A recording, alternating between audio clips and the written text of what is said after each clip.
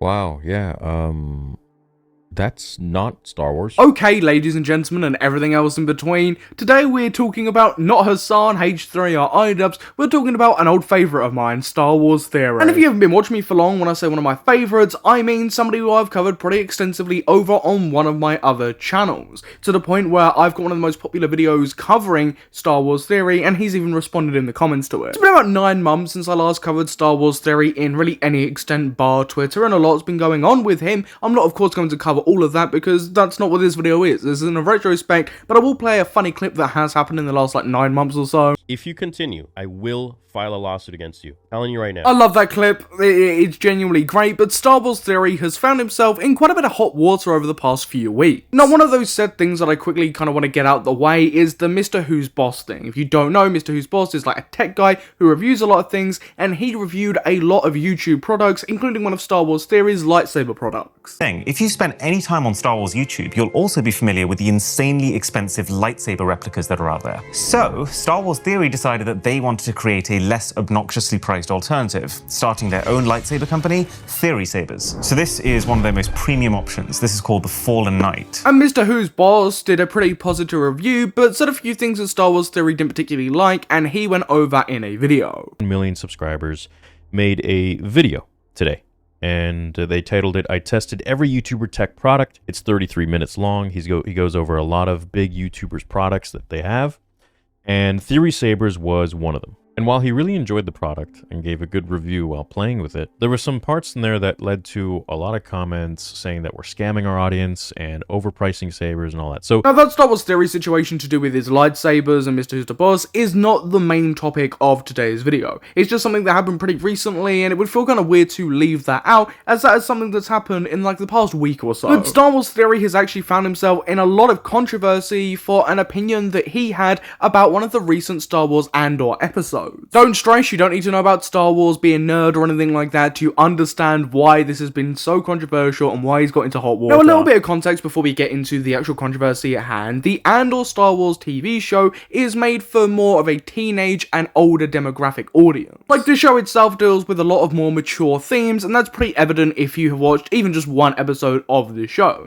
It's a lot more in that type of tone than any other real Star Wars project. But Star Wars Theory recently had an opinion on it because of this. Andor sparked backlash for the first SA in Star Wars, says it's important the story is honest and genuine. The third episode of Andor Season 2 includes an attempted SA. It has sparked backlash from Star Wars fans who think it's out of place in the franchise. The actress's name, who I'm so sorry I don't want to say because I just genuinely do not want to butcher it, told Business Insider it was important to deal with her story in a genuine way. Now, as you can probably gather already, Star Wars Theory was really against this idea of having this type of scene in any type of Star Wars show or product. And this is what he had to say on livestream when he reacted to it.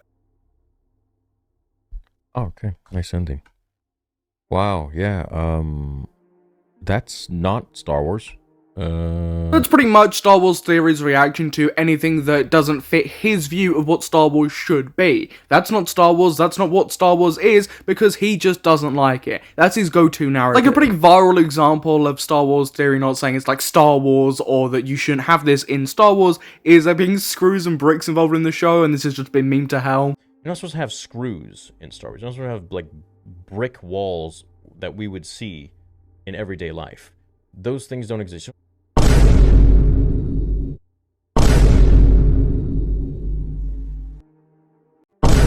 This isn't a first for Star Wars Theory, and if it was genuinely just the next bit of the clip as well that I'm about to show you, it probably wouldn't have caused as much controversy, as many people probably wouldn't have seen this right at the end of his stream.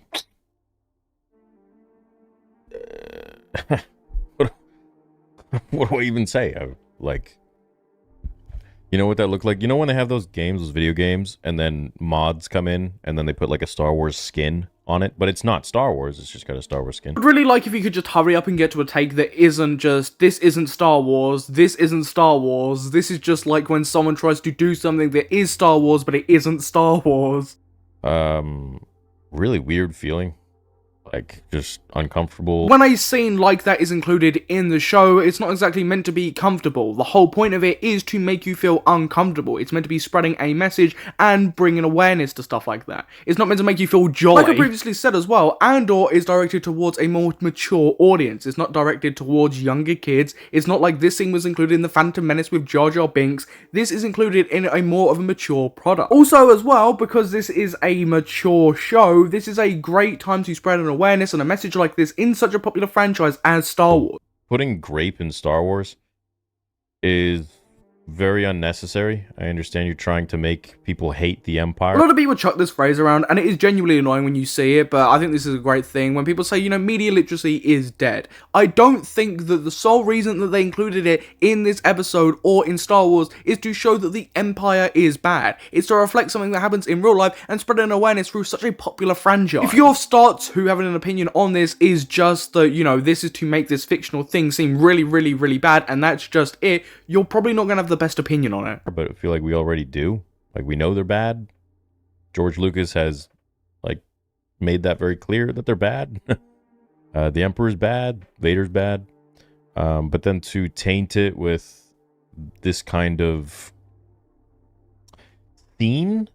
I mean, I really don't think it taints anything, and it's very clear that its intended goal was to spread a message and be honest, as this news article from Business Insider said. Some people are critiquing the episode for not having a trigger warning at the start to let you know that a scene like this will be appearing, which is a completely different and separate issue to what Star Wars Theory is complaining about here. Is just unnecessary.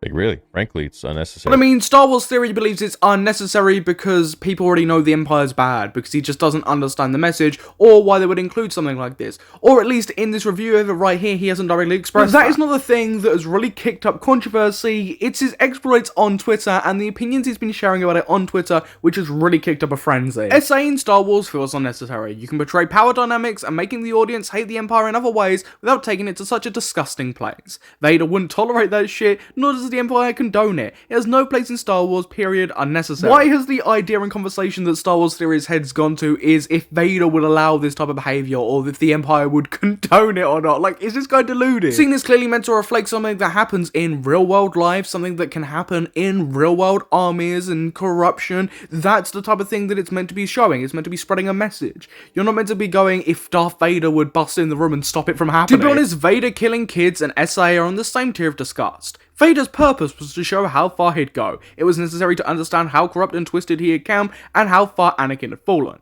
SI does nothing for the plot, just cringe and shock factor. Mind you, George never showed Vader killing younglings. Disney did. I don't know how anything about this is cringe. It's just genuinely for Star Wars Theory, because it's not something that he would expect George Lucas to do, or his vision of Star Wars, and that's why he hates it so much. Because it does a lot for the characterization of that specific character, and spreads a message. It shows you something that happens in the real world. That's the whole point of it. This is something that happens in war. It's an adult show. Vader brutally murdered children and killed millions. The F you mean he wouldn't tolerate it. They're evil, that's kind of their thing, bro. Do you even understand why Vader did what he did and cried later? He was trying to save his wife under his own illusions. What the F does SA do for the plot here? You can't be seriously comparing the two in the place in Star Wars. That's insane. Bro, I love your content, but the Empire wouldn't tolerate it. Come on. You honestly think if Vader saw that, he wouldn't kill the guy and leave? Heck, he might kill the girl too, but no way he'd let the imp live. If I saw Imps killing younglings or anyone, he would really give AF. This is genuinely just some of the most deluded, crazy, batshit stuff I've seen from Star Wars Theory. Like, this is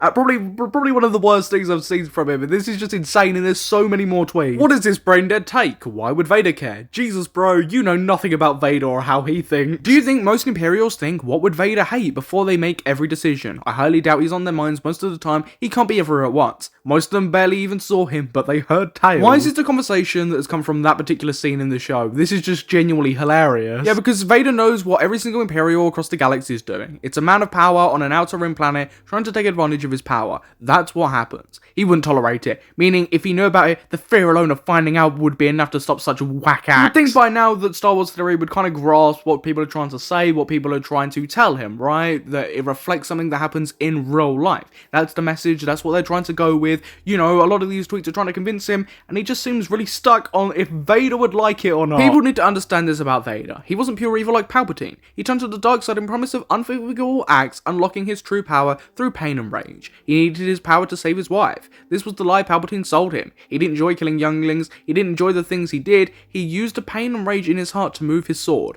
The pain the Jedi caused him from neglect, not allowing him to save his mother, from holding him back, glazing him to restricting him. Anakin cried for it. He cried because he remembered the boy he once was and how far away from that he had become now a Mustafar. This is all documented in the books and lore. Vader hated the world because he hated his situation. He hated the Jedi. He hated Palpatine, and most of all, he hated himself for losing her. George wrote Vader as a very sad, tragic character. His actions were a direct cause of his impatience and lust for power and control. What he said right at the end is really, really ironic, bearing in mind that this conversation started because of a scene in Andor, you know, the SA scene. It's like he just doesn't get it. And why are we having this conversation about Vader when it started off about SA in Star Wars and Andor? Like, I don't get this. Why has it moved to a conversation about Darth Vader? I'm a mature audience. I'm sick of all the baby stories. This is good, more compelling and believable. Grape makes it more compelling and believable. Lamau? No, you don't need that to make it more compelling, but it does ground the show a lot. It shows you this is something that happens in real life. It spreads a message. It spreads awareness. That's what it's trying to do. It's trying to ground the show, trying to spread a message, trying to, you know, tell this audience that this is something that 100% does happen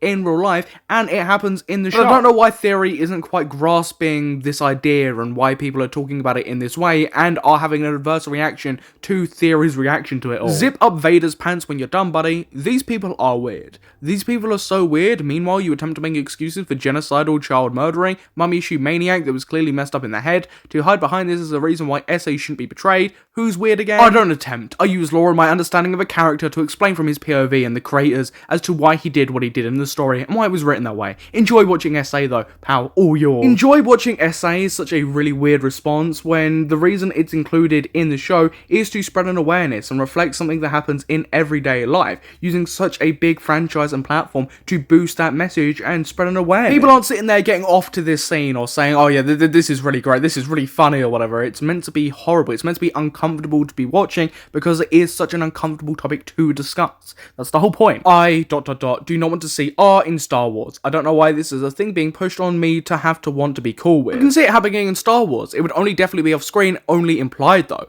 I agree, off-screen and implied for the suggestive scene is understandable. If necessary, to hate the character on screen, no. I'm not going to keep repeating myself, but its sole reason isn't just to make you hate the character. That's a byproduct, and of course, probably something they're thinking about when they include something in this show, but it reflects something in real life to spread a message and awareness. I'm not going to keep repeating myself because I sound like a broken record at this Even point. If he didn't get it at first or understand why it was included, it's really just not a hard concept to grasp in the end. You are an embarrassment. The fact you cannot watch something pretend on television screen without crying about it proves the emotional weight and importance of the scene. Maybe if you weren't such a bully victim, it'd be easy to watch. I've literally never bullied someone unprovoked or played victim, which is more than I can say about Star Wars fans. Best of luck. The inability to see a suggestive scene of a planet blowing up compared to something detailed like the vision in Terminator 2 of Sarah Connor clinging to the fence and have her skin melted off, both result in the same thing, yet one is suggestive without the uncomfortable gore. It's Star Wars. It doesn't need to see an insane level of realism for disturbing scenarios beyond getting the point across. This is why George decided against the younglings chop up scene,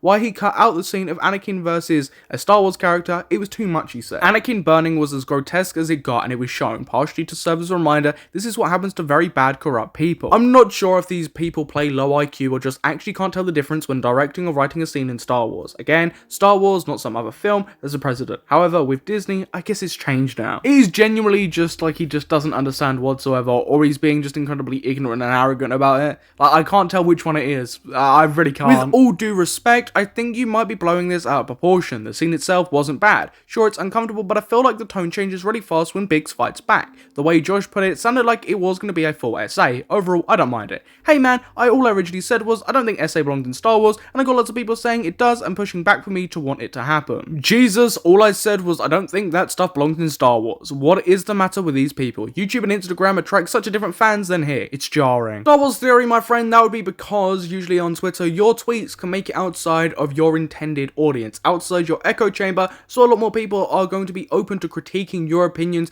going to be a lot more open to challenging your ideas and trying to have that conversation with you, instead of your Instagram and YouTube, where a lot of it is just your audience. Now, the next thing I've got is actually an exclusive, because Star Wars Theory even thought probably this was too far, as he actually deleted it. So let's take a look at this tweet. Disney Star Wars fans, we're so inclusive. Me, I don't like art in Star Wars. And then a Jake Gyllenhaal gif raging. Andor wasn't the first to do it. Shows a comic. Live action $750 million show and obscure comic aren't the same. Funny, you're finding reasons to justify And that's all the tweets that are genuinely worth looking at from Star Wars Theory about this, and it's pretty safe to say that he is getting a lot of backlash online for these takes. Even in his YouTube comment sections of the live stream where he initially reacted to all of this, he's getting comments going at him for it. Most likely Star Wars Theory will probably make a video going over a lot of the hate he's received to do with this take. He will probably try and explain this take some more, probably not taking accountability or trying to understand where people are coming from, because that's Star Wars Theory. This is probably the most out there Star Wars Theory has been in a long time. But everybody watching, I really want to hear your thoughts on all of this. If you haven't seen the Star Wars scene, please just don't comment on it. I'd much rather you go and see that scene, then come back and comment down below your thoughts on that. But what's your thoughts on Star Wars Theory's reaction, how he's handled this? Please feel free to comment that all down below. Once you're done there, you might as well subscribe and hit that notification bell so you don't miss a future video. Depending on where Star Wars Theory goes, I might be milking this a lot more just to balance out the H3 and like idubbbz content. But I have been your host Samuel, and I will catch you in the next YouTube video.